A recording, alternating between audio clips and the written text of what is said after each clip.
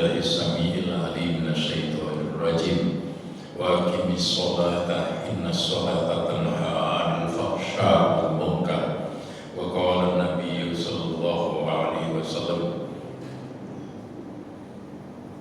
bainal iman wal kufri tariqus shalah man tarakaha fa huwa kufrun aw kama qala amma ba'd. Para bapak, para ibu dan saudara-saudara sekalian, kaum muslimin jamaah salat Masjid Nurul Islam yang berbahagia, besok adalah hari libur nasional dalam rangka memperingati Isra dan Mi'raj Nabi besar Muhammad SAW. Oleh karena itu, maka kajian pagi ini adalah kajian yang istimewa. Makanya materinya juga materi yang khusus, yaitu bab fadhilus sholawat, bab keutamaan daripada sholat. Saudara-saudara sekalian, kita semua tahu bahwa sholat adalah merupakan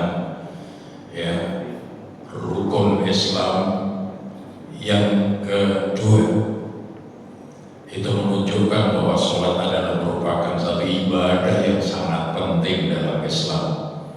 Di mana letak pentingnya ibadah sholat itu dalam Islam? Pertama, karena sholat itu adalah menjadi menjadi pemisah antara iman dan kufur. Sebagaimana kata Nabi, bainal iman wal kufri tariqus shalah. Batas antara iman dan kufur itu adalah meninggalkan sholat. Man taraka fa huwa kufrun. Barang siapa yang meninggalkan sholat, maka kufurlah dia. Nah, kufur itu kan berasal dari bahasa Arab, dari kafaro. Kafaro itu berasal dari huruf kaf, tersusun dari huruf kaf, fa, dan ro. Itu artinya adalah tertutup.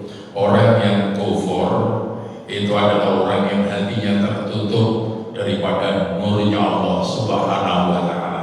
Karena tertutup hatinya dari nurnya Allah, makanya sulit untuk menerima kebaikan dan kebenaran yang datang dari Allah Subhanahu wa Ta'ala.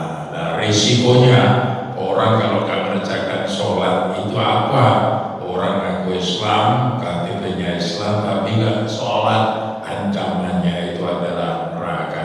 Neraka apa? Neraka sakor. Ya, neraka sakor. Makanya dalam Al-Quran itu ada dialog antara ahli surga dengan ahli neraka. Masalakakum fi sakor. Apa sebetulnya yang telah menjerumuskan kamu sehingga kamu masuk neraka sakor? Qalu lam naku minal musallin. Karena aku dulu waktu hidup di dunia, aku tidak mengerjakan sholat. Masya Allah. Nah, itu satu. Kemudian yang kedua, di mana letak urgensinya sholat dalam Islam? Yang kedua, sholat adalah merupakan tiang agama. Makanya Nabi mengatakan bahwa as-sholatu imaduddin. Sholat itu adalah tiang agama. Man aqoma faqad aqomad-din. Barang siapa yang melaksanakan sholat, berarti dia telah menegakkan agamanya. Wa man tarakaha faqad hadama-din. Dan barang siapa yang meninggalkan sholat, berarti dia telah merobohkan agamanya. Itu yang kedua. Yang ketiga, karena apa? Kata Nabi, amal yang pertama kali dihisab oleh Allah besok di hari kiamat itu adalah sholat. Awal ma yuhasabu bil 'abdi yaumil qiyamah as-sholat.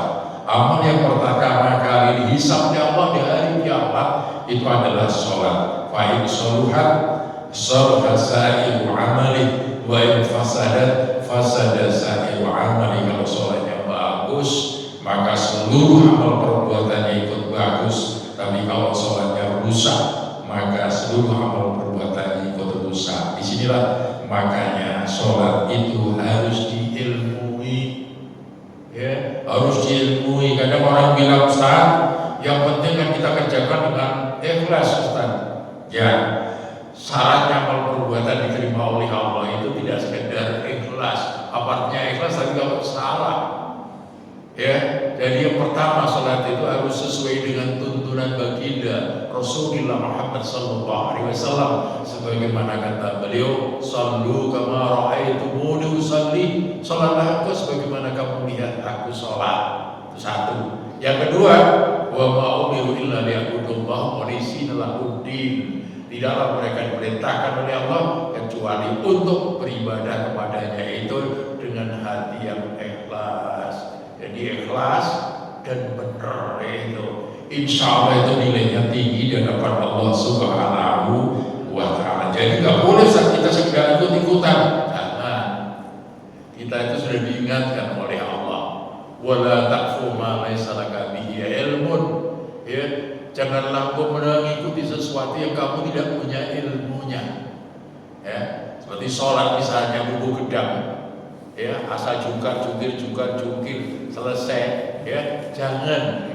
Wala taqfu ma laysa laka bihi ilmun. Janganlah kau mengikuti sesuatu yang kamu tidak punya ilmunya. Kenapa? Inna sam'a, sesungguhnya pendengaran kamu, wal basara, dan penglihatan kamu, wal fu'ada, dan hatimu, kullu ulaika kana anhu mas'ula, semuanya itu akan ditanya, pertanggungjawabannya oleh Allah Subhanahu wa Ta'ala. Sampai dikasih mata, sampai dikasih telinga, sampai dikasih hati oleh Allah, untuk apa? Ini nanti akan dipertanggungjawabkan di hadapan Allah Subhanahu wa Ta'ala. Oleh karena itulah maka dia harapkan sholat itu tidak sekedar dilaksanakan, tapi kita bisa mengerjakan sholat dengan khusyuk, ya, dengan rajin dan penuh ketaatan kepada Allah Subhanahu wa Ta'ala.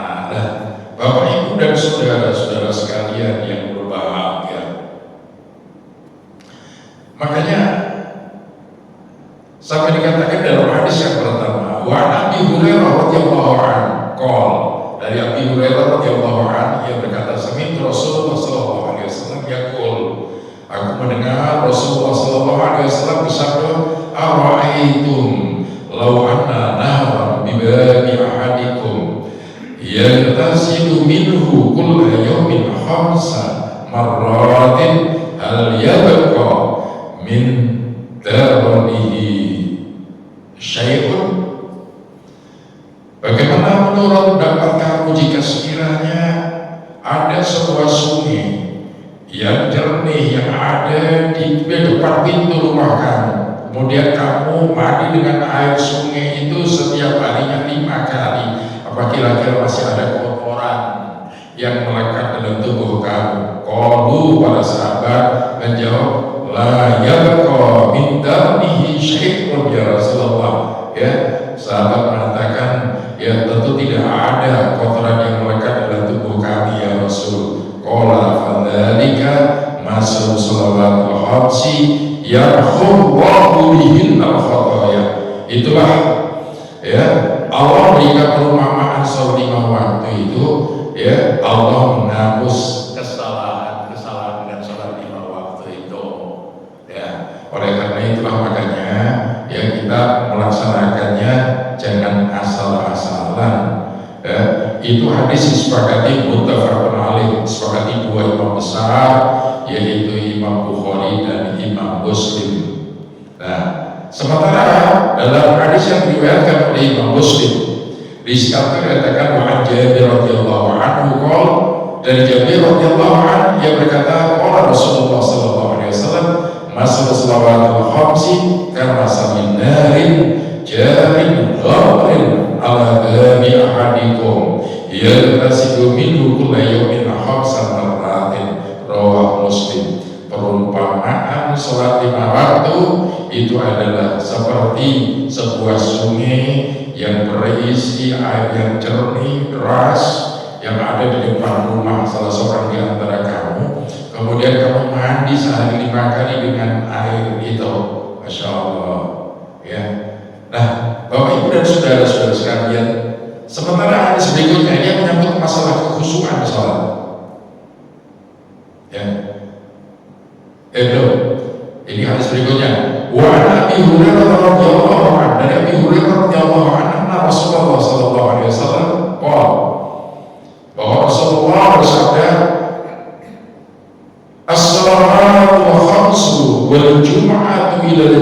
jum'ati kafaratun lima bainahuma malam tu kata akhir. Sholat 5 waktu dan dari Jum'ah ke Jum'ah, sholat Jum'ah kemudian Jum'ah berikutnya adalah menghapus dosa-dosa yang ada di antara keduanya selama tidak ada dosa-dosa besar. Jadi sholat 5 waktu ditambah sholat Jum'ah dari Jum'ah ke Jum'ah itu adalah menghapus dosa antara keduanya selagi tidak ada dosa-dosa besar yang ikut di dalamnya. Nah, itu. Kemudian yang keempat, wa Utsman bin Affan. Kita tahu Utsman bin Affan adalah sahabat Nabi yang terkenal kaya raya dan dermawan. Ya, dia ahli Quran, dia sangat dermawan. Maka ketika Kanjeng Nabi itu, ketika Umar bin Khattab itu menjabat sebagai khalifah yang kedua di Madinah. Madinah itu sempat mengalami kemarau panjang, masa paceklik selama 2 tahun. Pada saat itu apa yang diperbuat oleh Utsman bin Affan? Utsman mengirimkan 1000 onta yang penuh dengan bahan-bahan makanan pokok. Begitu sampai di pintu gerbang kota Madinah, Utsman ditanya, apakah ini bahan-bahan makanan akan dijual ya Utsman? Tidak. Ya, gimana kalau tak kasih untung 50%? Ya. Tak kasih untung 100% juga tidak. Kenapa? Ini saya sudah jual kepada Allah dan Rasulnya. Masya Allah itu Utsman. Makanya zaman Kanjeng Nabi sendiri itu Utsman pernah ditanya, ya Utsman, engkau telah korbankan seluruh harta kekayaanmu untuk perjuangan Islam. Apa yang kamu tinggalkan kepada anak dan istrimu? Utsman mengatakan, aku hanya tinggalkan kepada mereka Allah dan Rasulnya. Jadi Utsman mengatakan apa? Sami itu Rasulullah sallallahu alaihi wasallam yaqul, aku mendengar Rasulullah bersabda, "Ma min imrin muslimin ta'dhu salatun maktubatun fa yuhsinu wudu'aha wa khushu'aha wa ruku'aha illa kanat kafaratan lima qablaha min ad-dunubi ma lam kabiratan wa dzalika ad-dahra kullahu rawah Muslim." Artinya apa?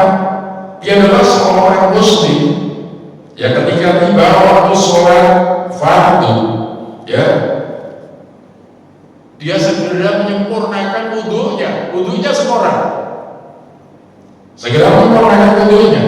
wa khusyu'aha, dan dia menjaga khusyuan daripada sholatnya, wa ruku'aha, dan rukuknya, illa kanat kafaratan lima qablaha min ad-dunub ya, kecuali Allah akan menghapus kesalahan-kesalahan sebelumnya malam tuh kabiratun, selama ya dosa-dosa besar tidak ada di dalamnya, wa dzalika ad-dahra kullahu, dan itu adalah untuk sepanjang tahun itu berlaku seperti itu. Masya Allah.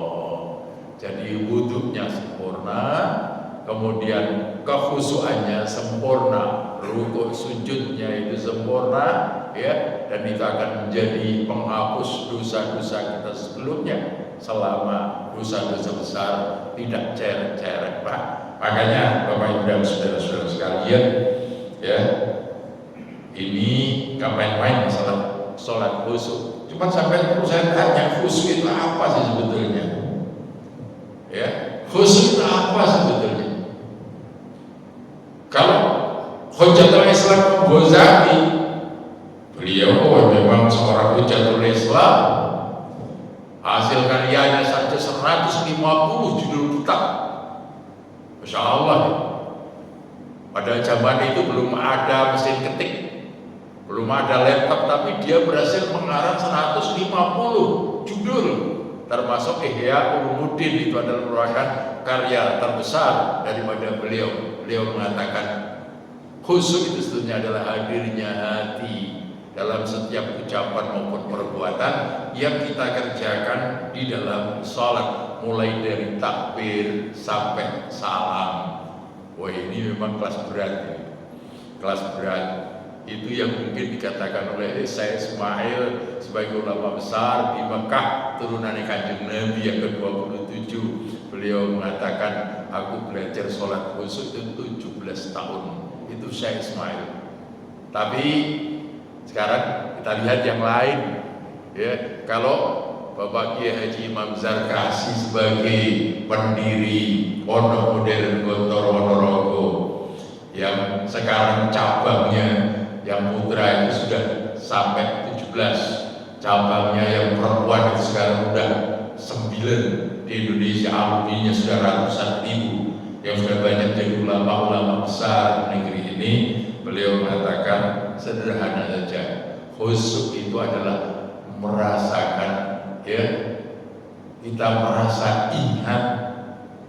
Jadi kita selalu ingat dan merasa arti daripada setiap bacaan yang kita kerjakan dalam sholat, mulai takbir sampai salam, dan kita selalu ingat kepada Allah Subhanahu wa Ta'ala. Itu sudah masuk khusyuk. Jadi agak ringan. Khusyuk itu kita selalu ingat dan merasakan arti bacaan-bacaan yang kita baca di dalam sholat, dan kita merasa berhubungan langsung dengan Allah Subhanahu wa Ta'ala. Itu sudah khusyuk. Nah, kalau itu kira-kira insya Allah kita akan mampu menjangkaunya itu. Oleh karena itu makanya sampai tidak akan bisa khusyuk kalau sampai tidak tahu makna yang terkandung dalam setiap bacaan, ya, yang ada di dalam sholat, mulai sampai takbir sampai salam. Nah, kita takut, ya. Dan sampai sholat itu kan munajat, bincang-bincang, dialog kita dengan Allah Subhanahu wa Ta'ala. Nah, kalau sampai dialog dengan Allah tapi sampai nggak paham yang sampai ucapkan, apa bisa dikatakan dialog? Kan nggak bisa. Oleh karena itulah makanya kita harus berusaha untuk memahami arti, makna yang terkandung dalam setiap ucapan yang kita kerjakan dalam sholat, mulai takbir sampai salam. Dulu kalau saya masih ingat pesannya saya Ismail, kalau saudara kepingin sholatnya itu bisa khusyuk, ya, itu pertama yang harus kita kerjakan, wudhunya harus sempurna.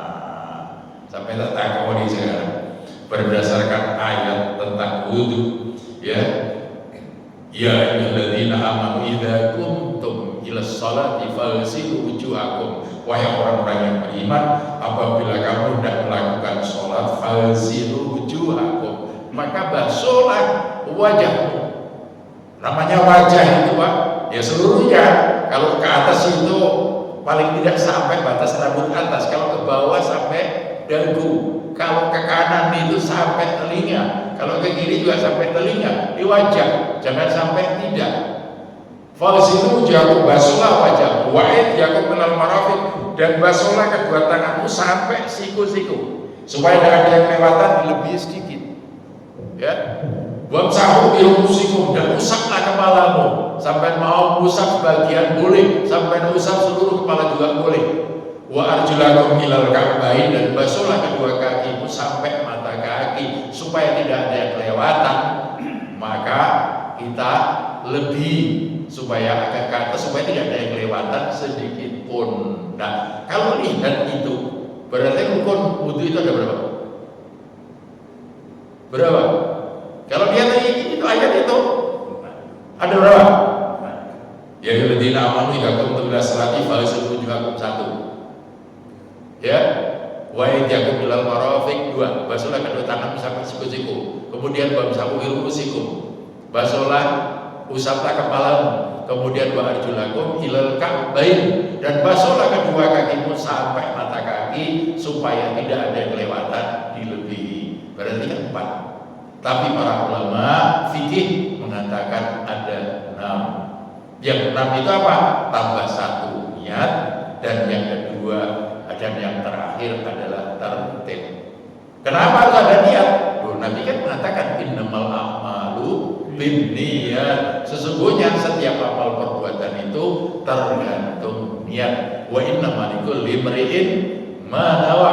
Dan setiap orang itu akan dapatkan sesuai dengan yang diniatkan. Sampai wudu, sampai niati. Niat itu kan qasdusai muqtarinan bil fi'li, menyengaja untuk melakukan suatu perbuatan. Itu niat. Memang niat itu kerentaknya hati. Itu niat. Ya, sampai mau misalnya mau pakai nawaitul wudu'a li rafa'il hadasil asghari fardhan lillahi ta'ala, bisa. Sampai niat dengan bahasa Indonesia, saya sengaja niat wudu untuk menghilangkan hadas kecil karena Allah Subhanahu wa taala, juga bisa. Jadi gampang ini. Ya, tapi niatnya ada niat supaya beda dengan sampai sekedar rauh. Ya, kalau sampai niat sekedar rauh beda dengan sampai niati. Ya, kemudian yang terakhir itu adalah tertib. Tertib itu urut, yang dulu didahulukan, yang akhir diakhirkan. Gak bisa kita misalnya kaki dulu, kemudian wajah dulu, kemudian lanjut misalnya tangan dulu, ya, kemudian kepala, terakhir kepala. Tidak bisa begitu, urut. Ya, ibda'u bima badallahu fi. Mulailah dengan apa yang dimulai oleh Allah Subhanahu wa taala. Dan cuma kan kadang-kadang orang bilang, dosa kalau dia terukun wudhu seperti itu, kenapa kita pakai membasuh kedua telapak tangan biasanya sampai pergelangan? Sebelum itu kan dibasuh. Bismillahirrahmanirrahim, dibasuh itu kan sunnah wudhu itu. Kemudian masukkan air ke mulut berkumur-kumur, sunnah. Ya, bahkan sampai Nabi mengatakan, laula asyqa ala ummati la amartuhum bisiwak inda kulli sholatin. Jika aku tidak takut memberatkan umatku, tentu akan keperintahkan kepada mereka supaya siwak, sikatan setiap kali hendak melakukan sholat. Jadi berkumur-kumur, ya, supaya tetangga kanan kiri kita waktu sholat itu, ya, yang ada di belakang kita, yang ada di samping kanan kiri itu tidak merasakan bau ketika kita sholat, karena kita memang rajin untuk berkumur. Syukur kalau sikatan. Kemudian memasukkan air ke lubang hidung, kemudian mengeluarkan kembali, itu kan sunnah juga. Kemudian mengusap telinga, dalam dan luar, itu kan dua telinga, itu kan sunnah juga. Nah, kadang-kadang orang bertanya, gimana Pak kalau yang surah-surah itu sudah dikerjakan? Sunnah-sunnah itu ibarat sampai dagang, untungnya sampai jangan sampai kerjakan. Allah itu paling suka dengan amalan-amalan yang sifatnya sunnah. Dengan amalan-amalan yang sifatnya sunnah itu. Nah, jadi wudhunya, kemudian doa setelah wudhu termasuk rukun apa tidak? Doa setelah wudhu, asyhadu an la ilaha illallah wahdahu la syarika lahu wa asyhadu anna Muhammadan abduhu wa rasuluh. Allahumma ja'alni minat tawwabina wa ja'alni minal mutatahhirin. Ini termasuk rukun atau termasuk sunnah? Sunnah wudhu. Cuman kalau kita mengerjakan itu, alangkah indahnya. Sampai tahu yang namanya Bilal bin Rabah dulu, ya, muadzinnya Rasulullah yang terkenal itu, sampai Nabi mendengar bunyi kelompoknya di surga. Nabi tanya, ya Bilal, aku mendengar bunyi kelompokmu itu di surga. Apa yang kamu lakukan? Ya Rasul, setiap kali aku habis sholat, aku habis wudhu, aku selalu berdoa, asyhadu an la ilaha illallah wahdahu la syarika lahu wa asyhadu anna Muhammadan abduhu wa rasuluh. Allahumma ja'alni minat tawwabina wa ja'alni minal mutatahhirin. Saya bersaksi bahwa tidak ada Tuhan kecuali Allah yang Maha Esa, yang tidak ada sekutu baginya, dan saya bersaksi bahwa Nabi Muhammad adalah hambanya dan utusannya. Allahumma ja'alni minat tawwabina, ya Allah jadikanlah kami golongannya orang-orang yang suka bertobat, ya, wa ja'alni minal mutatahhirin, dan jadikanlah kami, ya, termasuk golongannya orang-orang yang suka bersuci, wa ja'alni min ibadikas sholihin. Kalau sampai teruskan dengan itu bagus lagi, jadikanlah kami ini termasuk golongannya orang-orang yang soleh, insyaallah. Ini beliau Syekh Ismail mengatakan wudhunya sempurna. Setelah itu sampai kepengen khusyuk dalam sholat. ketika sampean mau mengerjakan sholat, kata dia, sampean kan akan menghadap pada Allah. Allah ada di mana? Allah ada di mana jawab? Ayo, Allah ada di mana? Ya, di mana? Apa di Ka'bah sana? Sampai tahu dalam hadis qudsi dikatakan, wallahu jalisun man dzakara. Allah itu berhadapan-hadapan sangat dekat dengan kita di saat kita ini mengerjakan sholat. Masya Allah, Allah berhadapan sangat dekat dengan kita di saat Allah itu di saat kita sedang sholat. Saya ingat betul hadis itu disampaikan pada saat itu oleh mantan rektor YN Sunan Ampel Surabaya, Pak Profesor Dr. Bisri Afandi. Beliau di samping rektor, beliau adalah seorang mursyid thariqah di Kediri, di Nganjuk. Ya, beliau katakan, wallahu jalisun man dzakara.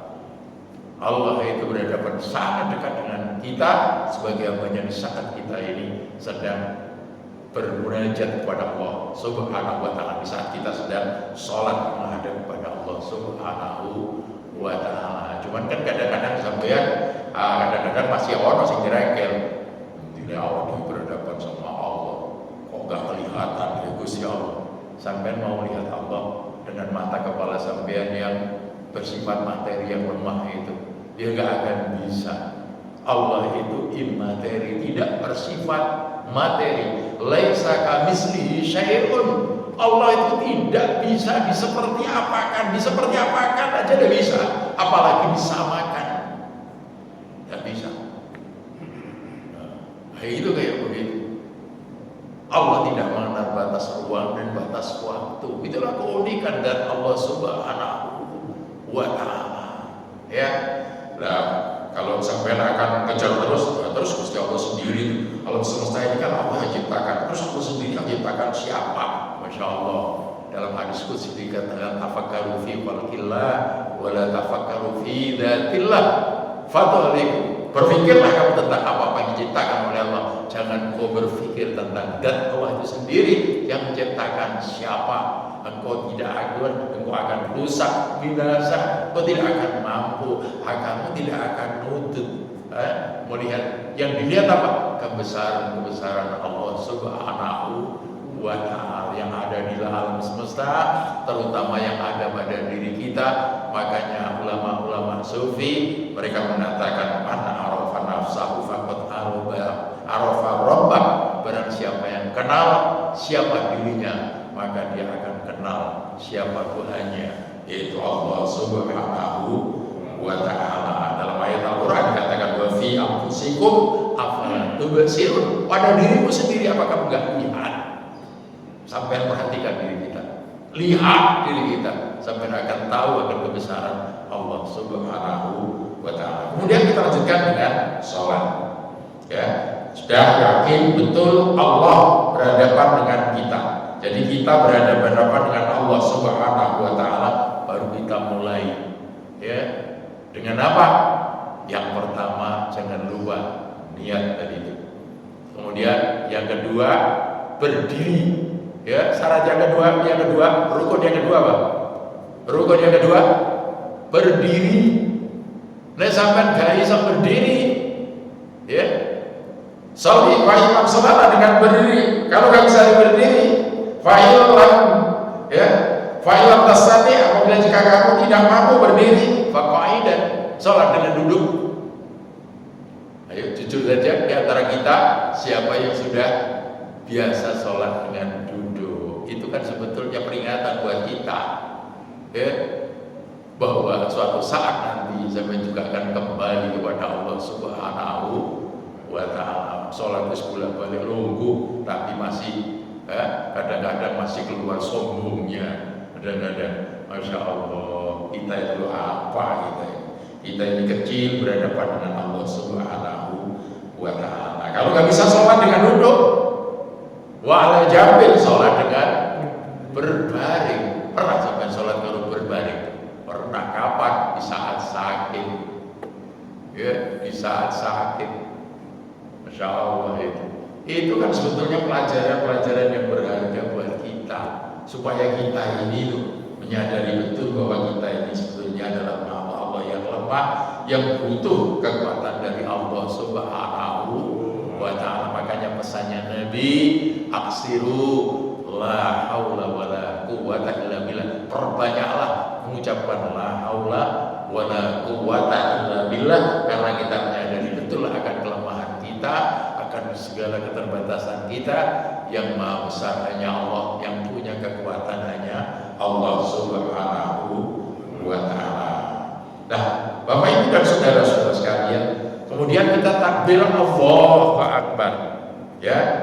Sampai niat pakai musolli juga monggo, sampai niat langsung sengaja saya sholat maghrib karena Allah, Allahu Akbar juga boleh, ya, terserah sampean.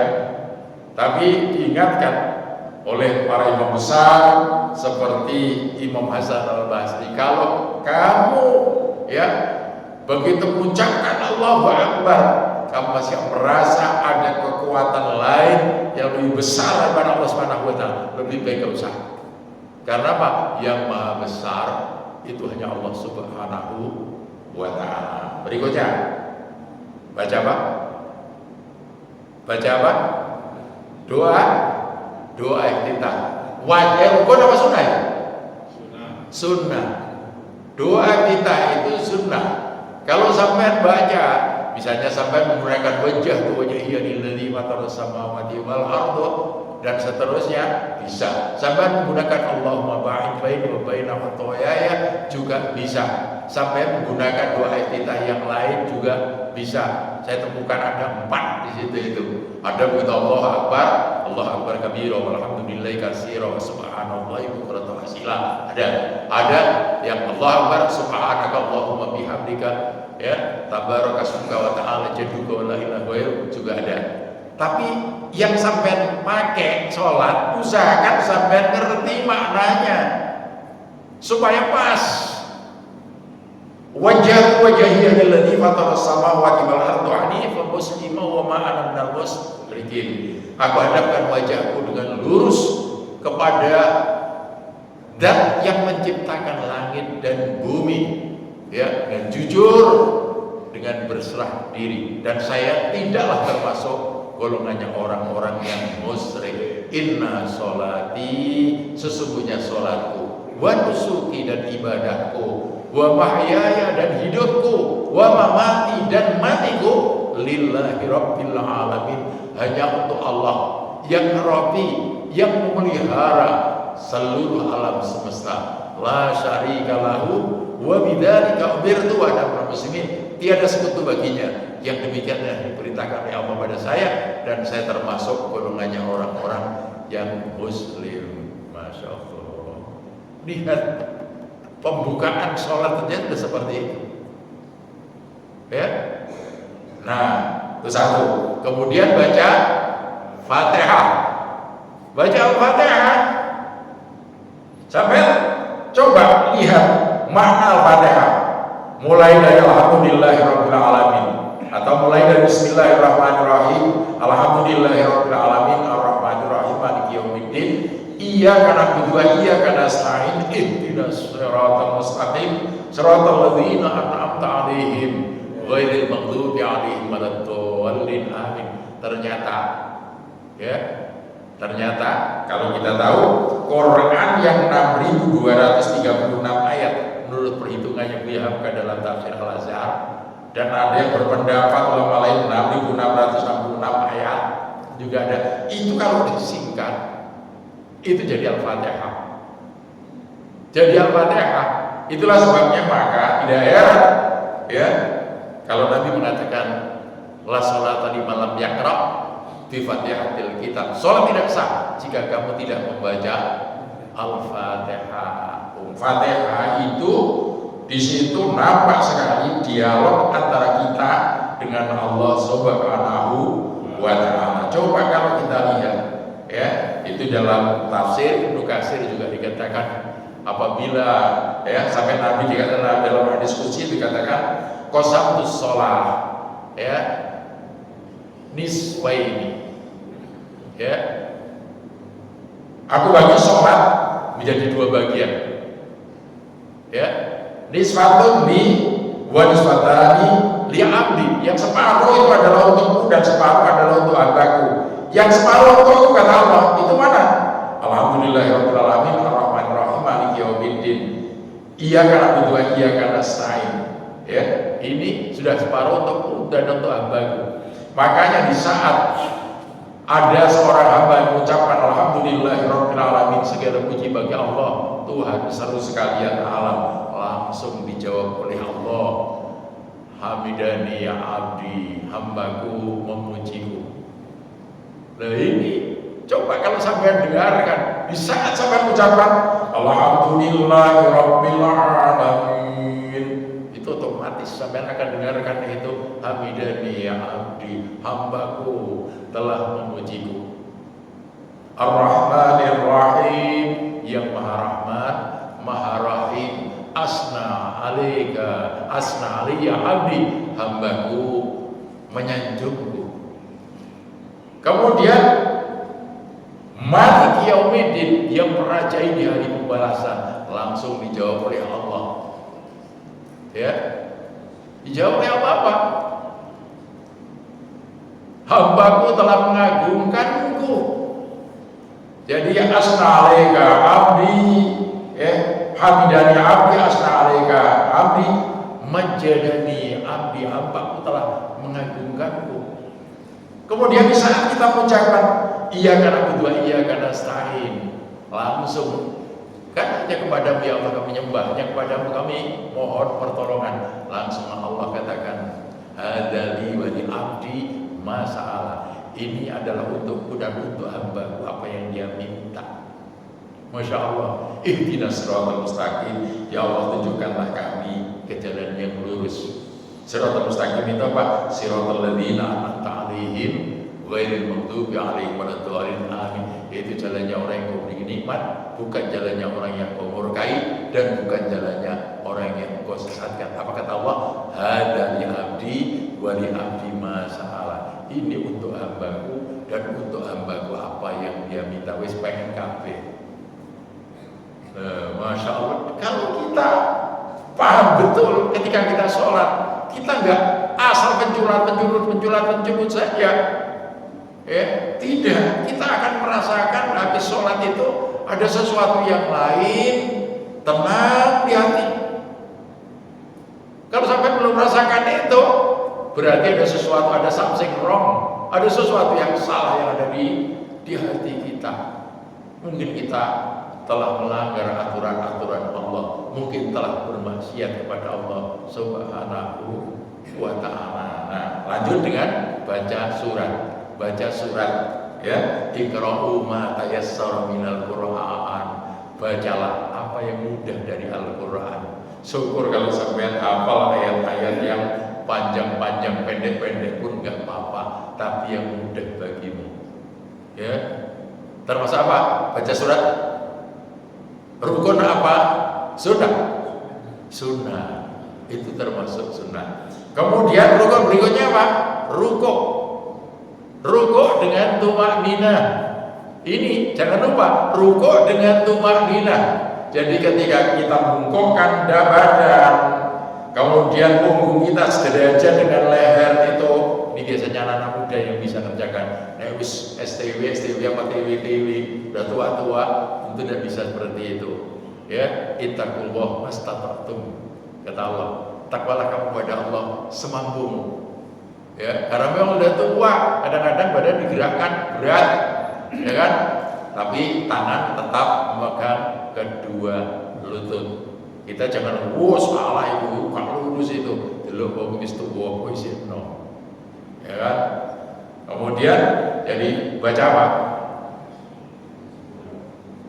Apabila kamu rukuk maka agungkan nama Tuhanmu.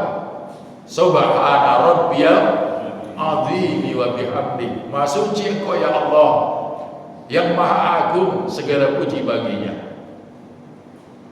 3 kali. Tapi pakai tumanina. Jangan kesusul langsung sampai berdiri saja. Ada kadang-kadang sujud cuma penculuk langsung. langsung berdiri. Jangan, nikmati coba.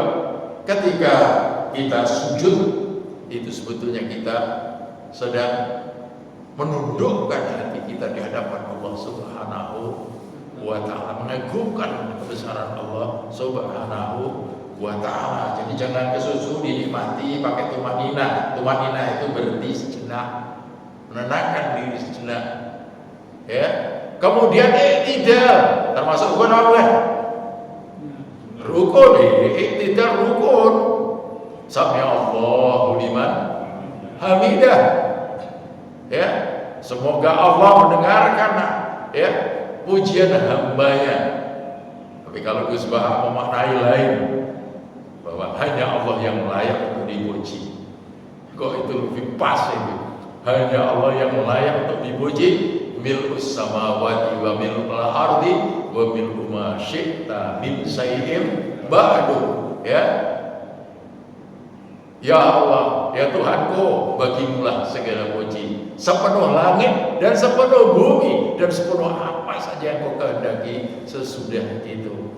Sehingga kalau kita merasakan itu, sami Allahu liman hamidah, Rabbana lakal hamdu kama Rabbana lakal hamdu mil'us samawati wa mil'ul ardi wa mil'u ma syi'ta min syai'in ba'du. Ini kalau kita resapi betul-betul, kita hayati, nangis kita. Ya.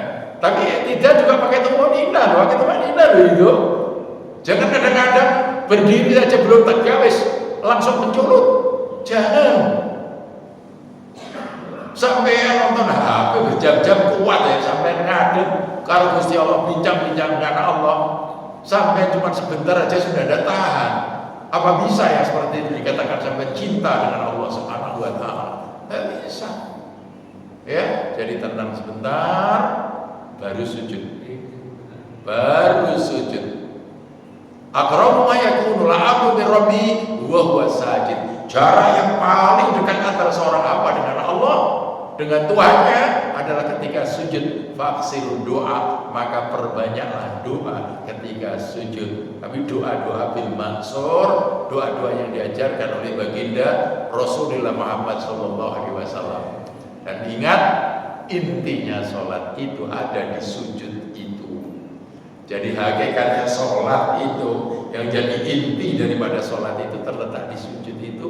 Makanya itulah saat yang paling dekat antara kita dengan Allah Subhanahu wa ta'ala.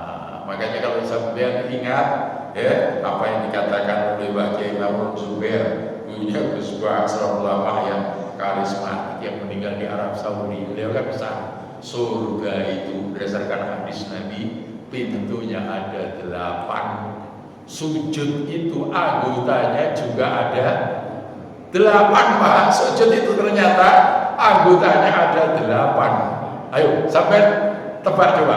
Yang pertama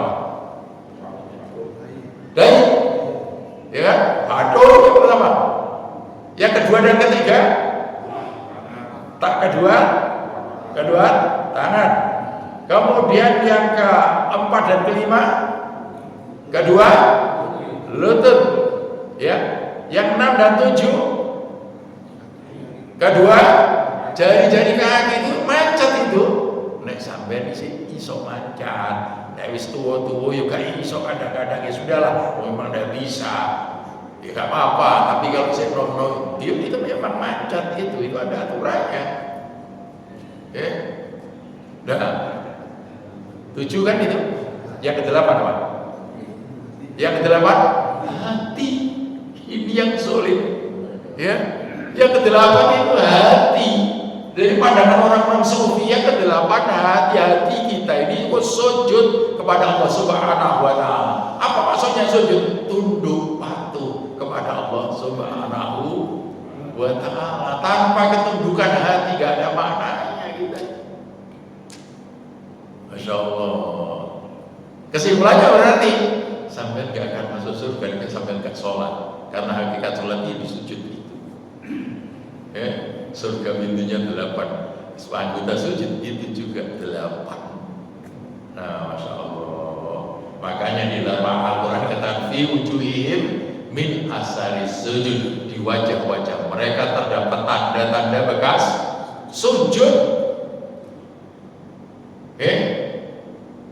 Tanda di wajah mereka terdapat tanda-tanda bekas sujud. Pas sampai masjid ini, sampai kumpul memuai, sampai akan kelihatan wajah-wajah sampai yang biasa sujud itu akan nampak, Pak.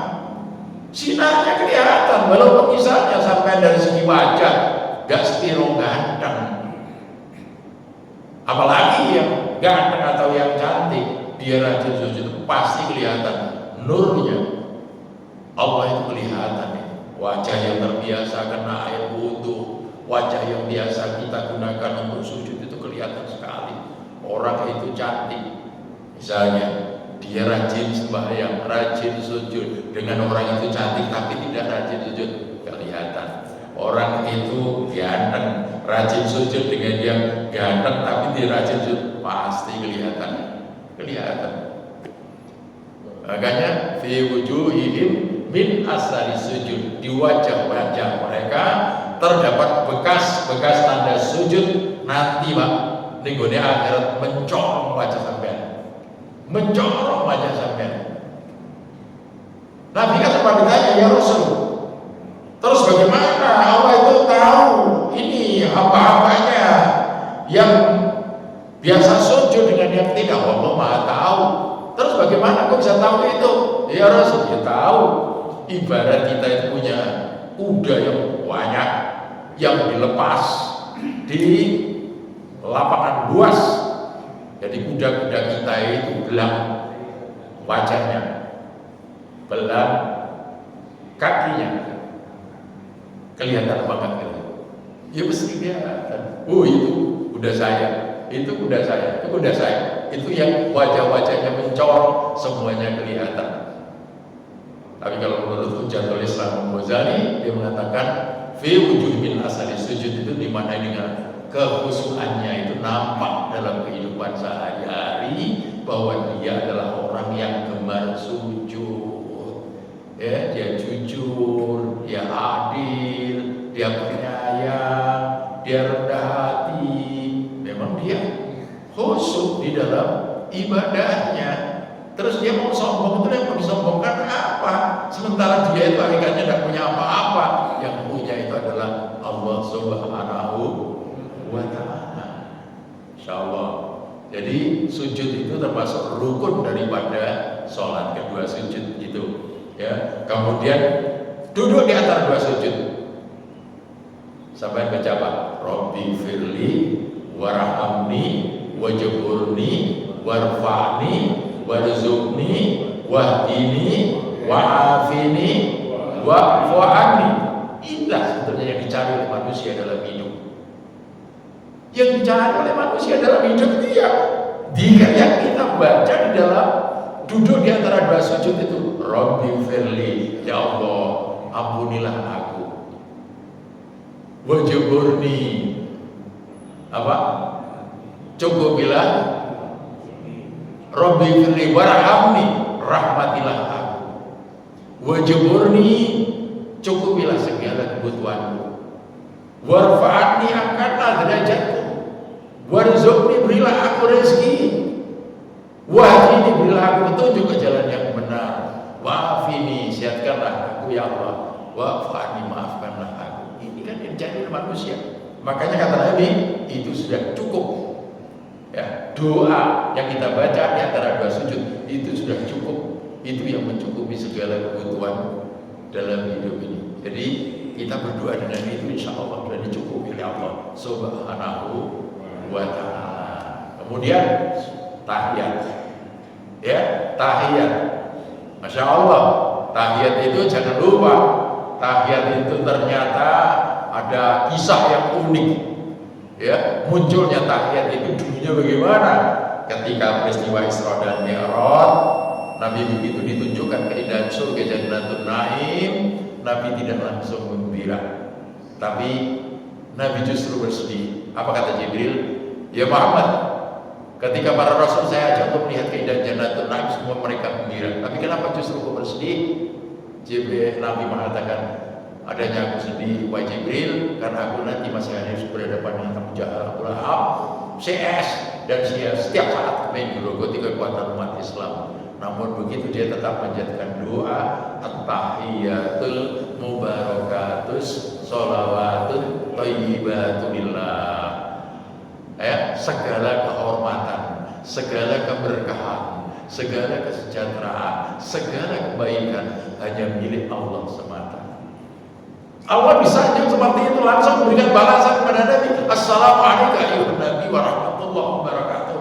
Kesejahteraan atas engkau wahai Nabiku tersayang, rahmat Allah dan berkatnya senantiasa padamu.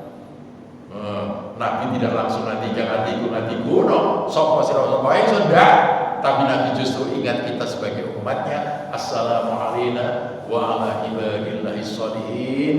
Kesejahteraan semoga dilimpahkan oleh Allah kepadaku dan kepada hamba-hamba Allah yang soleh.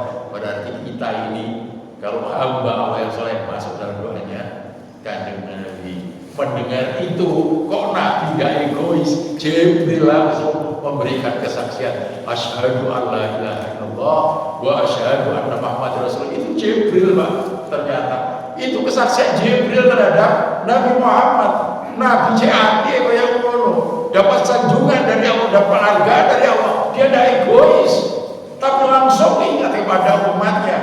Akhirnya dia bersaksi asyhadu an la ilaha illallah wa asyhadu anna Muhammadar Rasulullah. Saya bersaksi bahwa tidak ada Tuhan kecuali Allah, dan saya bersaksi bahwa Muhammad adalah utusan Allah. Kemudian lanjut doa selawat Ibrahimi. Allahumma sholli ala Muhammad wa ala ali Muhammad kama shallaita ala Ibrahim wa ala ali Ibrahim wa barik ala Muhammad wa ala ali Muhammad kama barakta ala ali Ibrahim wa ala ali Ibrahim fil alamin innaka Hamidum Majid. Sampai pakai Sayyidina juga boleh untuk menghormati Kanjeng Nabi, ya.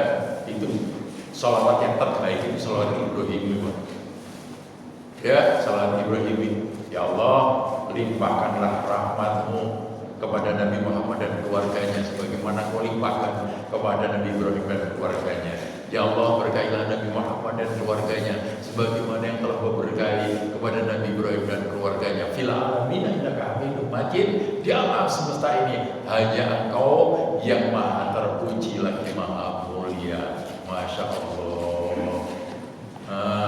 Jangan lupa doa yang terakhir yang diajarkan Nabi, 4 hal.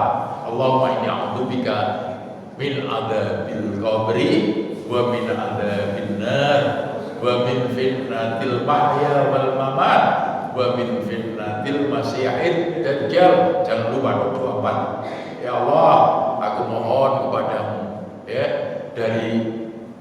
aku berlindung kepadamu dari siksa kubur dan siksa neraka, dan kami mohon kepadamu dari, ya, fitnahnya hidup dan mati, dan dari kejahatan Al-Masih Ad-Dajjal. Masya Allah. Akhirnya kita noleh kanan, noleh kiri. Assalamualaikum warahmatullahi. Assalamualaikum warahmatullahi. Niati.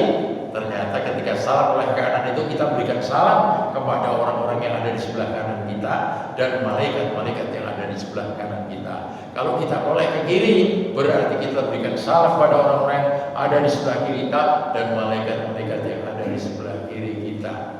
Sholat ini jadi lambang, ya, secara vertikal hubungan kita dengan Allah baik, dan secara horizontal hubungan kita dengan sesama manusia bagus.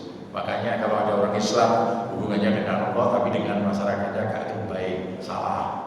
Ada masyarakat ngaku Islam hubungannya dengan masyarakat bagus tapi hubungannya dengan Allah gak kenal, ya salah. Dua-duanya harus bagus, dengan Allah bagus tapi dengan masyarakat juga bagus. Saya kira ini yang mau saya sampaikan, dan marilah kita tutup dengan doa kafaratul majlis.